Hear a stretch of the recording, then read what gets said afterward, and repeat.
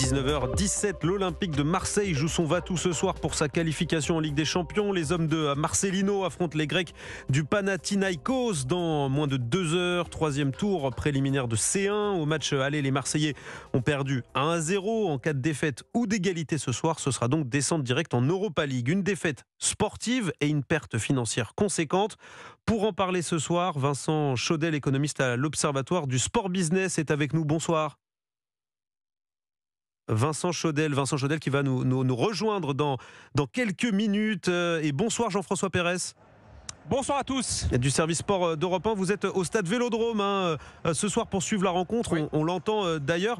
Si l'OM perd ce soir, si elle ne se qualifie pas, est-ce que la saison est déjà ratée? Est-ce qu'on peut dire ça pour les Marseillais? Disons qu'elle serait en partie obérée, ça c'est sûr, parce que c'est un match qu'il ne faut pas perdre, vous l'avez dit. L'OM ce soir, en cas de qualification, ne sera même pas en Ligue des Champions. Il faudra encore passer un tour de barrage pour rejoindre la grande compétition, la phase de poule de la Ligue des Champions, avec les grandes équipes potentiellement qui viendraient jouer ici, le Real Madrid, Manchester City, etc., etc. Avant cela, il y a 3 matchs à jouer, 3 matchs à gagner. L'OM s'est mis dans une position difficile en perdant le premier match la semaine passée en Grèce face au Panathinaikos 1-0. Donc il faut renverser la situation. Mais c'est vrai que cette équipe, je ne voudrais pas rentrer tout de suite dans le détail parce qu'on va voir Vincent qui est un expert des chiffres de l'économie du sport et du mercato, mais cette équipe qui a été construite en grande partie, il y a peut-être encore 2-3 renforts qui vont arriver d'ici la fin du mois, mais cette équipe qui a été construite par le président Pablo Longoria, c'est une équipe taillée pour l'Europe avec des stars, même une star, Pierre-Emerick Aubameyang, l'international gabonais, ancien d'Arsenal, ancien de Barcelone, ancien de Dortmund. C'est un joueur de classe internationale. Vous avez 2 internationaux sénégalais qui sont arrivés, Ismaïla Assar, Iliman Ndiaye. Vous avez 2 internationaux marocains qui sont arrivés il y a quelques mois, Harit et Unai. Vous avez un international brésilien, un latéral, Renan Lodi, qui est arrivé il y a quelques semaines en provenance de l'Atlético Madrid. Kondogbia, Geoffrey Kondogbia, ancien de l'AS Monaco, qui est un joueur lui aussi de grande valeur internationale. Donc si vous voulez, cette équipe plus les cadres de l'an passé, c'est clairement un effectif bâti pour la Ligue des Champions. Et si l'OM passe à la trappe dès le tour préliminaire ce soir face au Panathinaikos, c'est une très très mauvaise nouvelle, à la fois sportivement mais aussi économiquement parlant, parce qu'il y a plusieurs dizaines de millions d'euros qui sont en jeu grâce à cette compétition européenne. On va parler des chiffres, de tous ces millions qui sont en jeu. Vincent Pérez, on l'entend derrière vous, l'ambiance elle est survoltée. Est-ce que cette ambiance au Vélodrome, ça peut aussi être un inconvénient pour les joueurs de Marseille, parce qu'on voit qu'ils ont perdu pas mal de matchs à domicile. Ça peut déconcentrer par exemple les joueurs ou leur mettre trop de pression dessus? Écoutez, ce qui est sûr, c'est que ce stade est un magnifique cadeau, mais qui ces derniers mois s'est révélé un cadeau empoisonné, parce que c'est un stade qui est plein tout le temps maintenant. La saison dernière a été jouée quasi intégralement à guichet fermé, entre 63 000 et 65 000 spectateurs à chaque fois. Cet été, l'Olympique de Marseille a battu le record de vente d'abonnements à l'année. 48 000 personnes ont pris un abonnement pour venir voir tous les matchs, avec la passion que vous connaissez ici à Marseille, avec les virages qui sont déjà bien remplis alors qu'on est à quasiment 2 heures du coup d'envoi. Donc c'est une ambiance qui peut être galvanisante. On l'a vu il y a encore quelques mois lorsque l'OM avait réussi à éliminer le Paris Saint-Germain en Coupe de France. Le stade avait littéralement, j'allais dire presque vibré. On aurait pu mettre un petit compteur pour voir si il n'y avait pas un petit séisme. Je pense que dans la région du stade, il s'est vraiment passé quelque chose. Donc c'est un stade, évidemment, on le sait tous, qui peut être un formidable accélérateur et un formidable sublimateur pour les joueurs, mais c'est aussi quelque part pour les joueurs qui ne supportent pas la pression, parfois un stade qui est trop impitoyable avec les joueurs qui ne sont pas au niveau. Donc ça peut se retourner, mais c'est vrai que l'OM ces dernières saisons n'a pas forcément été extraordinaire à domicile. Et Jordan Verretou, qui est le milieu de terrain de l'OM, qui est venu en conférence de presse hier avant le match, a dit voilà, il faut qu'on apprenne à redevenir invincible dans ce stade si on veut faire une bonne saison, et ça passe bien sûr par un grand résultat ce soir. Et oui, et puis par l'arrivée de nouveaux joueurs. Vous nous en avez parlé, Jean-François. Restez bien avec nous. On retrouve Vincent Chaudel. Bonsoir.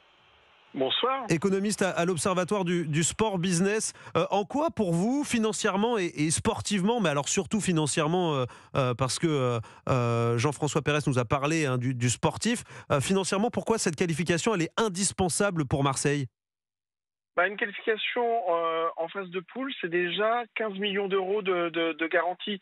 le parcours de Ligue des Champions de l'année dernière, c'est une 50aine de millions d'euros. Celui du PSG qui a passé la phase de poule, c'est une centaine de millions d'euros. Donc, quand on pense qu'aujourd'hui, un club de deuxième partie de Ligue 1 a un budget qui est autour de 50 à 60 millions d'euros, on se rend bien compte que c'est très important d'avoir ce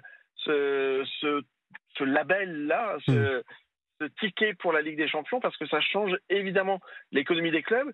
Ça change, et là je ne parle que de la redistribution de l'UEFA, mais il faut ajouter à cela bien évidemment la billetterie et puis les objectifs des sponsors, parce que la partie sponsoring a un impact bien évidemment aussi. À titre de comparaison, est-ce que vous pouvez nous donner les chiffres de l'Europa League? C'est-à-dire que si l'OM n'est pas qualifiée, elle va retomber en Europa League. Là on parle de combien? En fait, quand l'OM était allé en finale d'Europa League, son parcours en Europa League lui avait rapporté 30 millions d'euros. Le parcours de l'année dernière de l'OM en Ligue des Champions, en ne sortant pas de la phase de poule, lui avait rapporté 45. Alors qu'elle n'était même pas sortie de la phase de poule, ouais. Exactement. Donc il n'y a pas de débat. Il est très important pour le club d'aller dans cette phase de poule de Ligue des Champions. Vincent Chaudel, il y a des joueurs aussi qui sont arrivés à l'Olympique de Marseille pour ce projet Ligue des Champions. Jean-François Pérez nous disait tout à l'heure qu'il y a des joueurs, notamment qui sont arrivés du Sénégal et d'autres qui sont taillés pour ce championnat européen. Ils ont aussi été attirés à l'OM par des salaires et puis par une promesse. Dans certains contrats, on voit qu'en cas de qualification, il peut y avoir de meilleurs salaires.